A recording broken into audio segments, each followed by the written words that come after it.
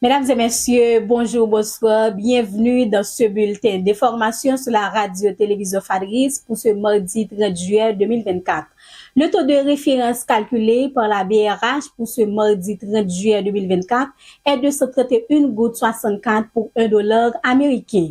Alors que le premier ministre Gary Coney rendu visite à l'hôpital de l'Université d'État d'Haïti, HUEH, ce lundi 29 juillet 2024, les bandits armés ont fait parler la poudre dans les parages. Ces rafales d'armes automatiques qui ont retenti dans les zones avoisinantes de l'hôpital ont créé une situation de panique. Selon des informations des journalistes qui étaient sur place, le PM Coney a quitté l'espace en catastrophe avec l'aide des policiers kenyans qui ont répliqué avec l'attaque de ces malfrats. Le président actuel du conseil d'administration de la BNC, Raoul Pierre, a été invité par l'unité de lutte contre la corruption, ULCC, pour venir s'exprimer autour des accusations portées contre les 3 conseillers présidentiels, mais ce dernier a demandé de reporter la convocation. À travers une correspondance adressée à l'ULCC, il a expliqué qu'il ne sera pas disponible à la date prévue et a sollicité un report d'1 semaine.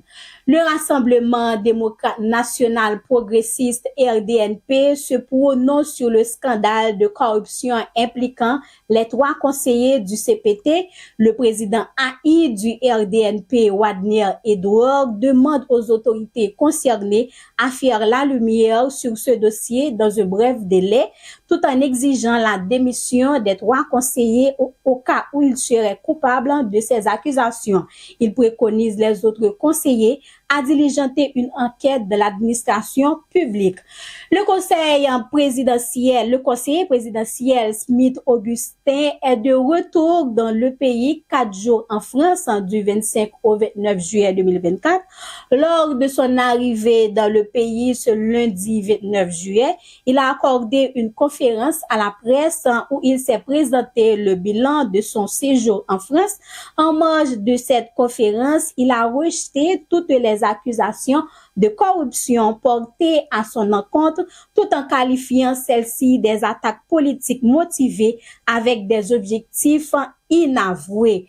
Le ministre de la Culture et de la Communication salue la mémoire du journaliste André-Marc Odigé, décédé le dimanche 28 juillet 2024 des suites de maladie à l'âge de 65 ans. Le MCC décrit le directeur de l'information à la radio-télévision nationale d'Haïti comme un professionnel expérimenté, humble, qui s'était toujours disponible et patient envers de nombreux journalistes.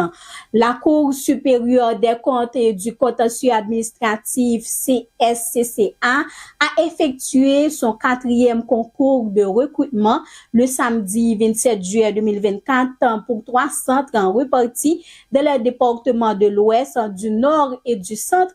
L'épreuve s'est déroulée notamment dans les locaux des Frères de l'Instruction chrétienne à Pétionville. Parmi les 887 candidats en liste pour intégrer l'administration publique, 100 seulement seront retenus. À l'échelle internationale, alors que le Conseil national a déclaré vainqueur Nicolas Maduro, réélu pour un 3e mandat consécutif avec 51,20% des voix lors des élections vénézuéliennes déroulées le dimanche 28 juillet, l'opposition conteste la véracité du comptage effectué par cet organe électoral inféodé au pouvoir en place. 2 enfants sont morts et 11 personnes, dont 9 enfants, ont été blessés lundi lors d'une attaque au couteau dans une école de danse du nord-ouest de l'Angleterre. La police a arrêté un adolescent de 17 ans et exclu un mobile terroriste à ce stade. Fin de ce bulletin d'information, mesdames et messieurs. Merci de l'avoir suivi. C'était avec vous, Caroline Jean-Paul, pour la présentation.